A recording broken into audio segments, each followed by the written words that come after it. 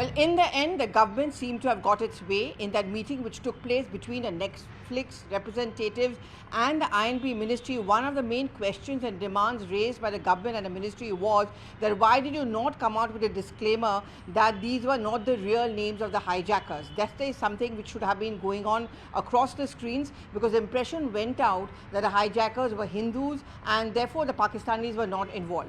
Well, just after the meeting ended and at the press conference which took place of the entire team and cast of IC814 in Mumbai, that disclaimer was announced by Netflix. So the disclaimer essentially is talking about that for the benefit of the audiences unfamiliar with IC814 hijacking, the opening disclaimer has now been updated, which is going to include the real and the code name of the hijacker. So that is the big disclaimer which is going to come in from Netflix. But there was a larger picture. I mean, there was this bonhomie, there was a strong statement which came in from Naseeruddin Shah, who also made the point that you have to depict the correct picture. You have to also show that facts are important and everyone should know about the past, should know about the history and the legacy. And that is where this series and films becomes very important. You know, it has also thrown up a huge debate between creative license and responsibility. Many of the filmmakers try to walk away by saying that this is what creative license is all about. But shouldn't a line be drawn? That is what the industry asked them. The INB ministry also asked them. Shouldn't a line be drawn? For example, on this matter, isn't it a kind of a compromise on national security? You're projecting the hijackers as being enthusiastic and as being human and sensitive, while on the other hand, the negotiators came across as looking weak and confused. How fair is that? Won't it kind of embolden as far as our opponents across the border, which is Pakistan in this case, is concerned? So for now, there seems to have been a meeting ground.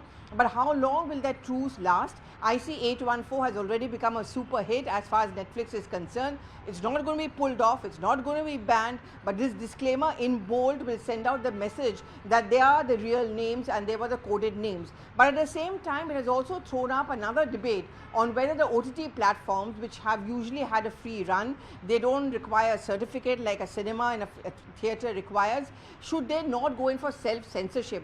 Should there not be a kind of a regulation of them? And that is what a new broadcast bill is being talked about, in which all OTT platforms, not just Netflix, but all OTT platforms will be expected to conform to and go along with some of the standards and protocols, so that these kind of controversies don't start getting thrown up. Well, this is a debate which may not be ending in any time soon, but for now, the makers of IC814 as well as Netflix as an OTT platform has accepted their responsibility, and in that over 1 hour long meeting, this is also one of the main stern messages which went in from the government, not just to Netflix but to all the OTT platforms, that you have to follow the laws of the land and be more sensitive.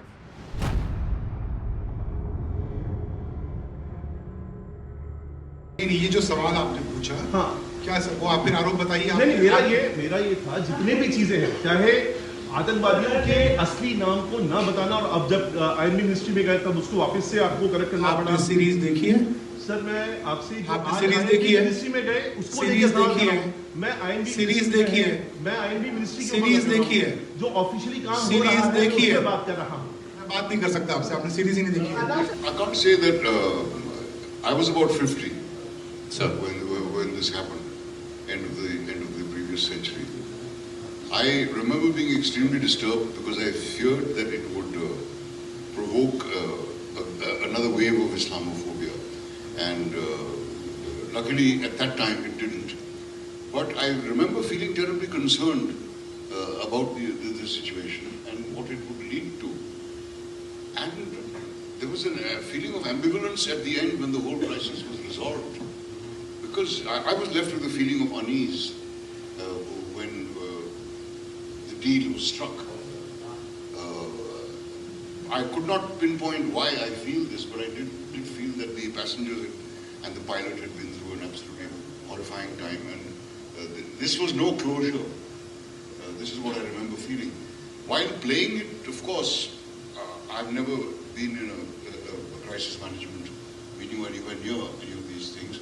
But what appealed to me was the thought of playing with all these wonderful actors. It just seemed like being in heaven to be with 7-8 actors who you love and admire. I can't think of any happier situation than that. So I don't think I recalled any of what I felt at that time.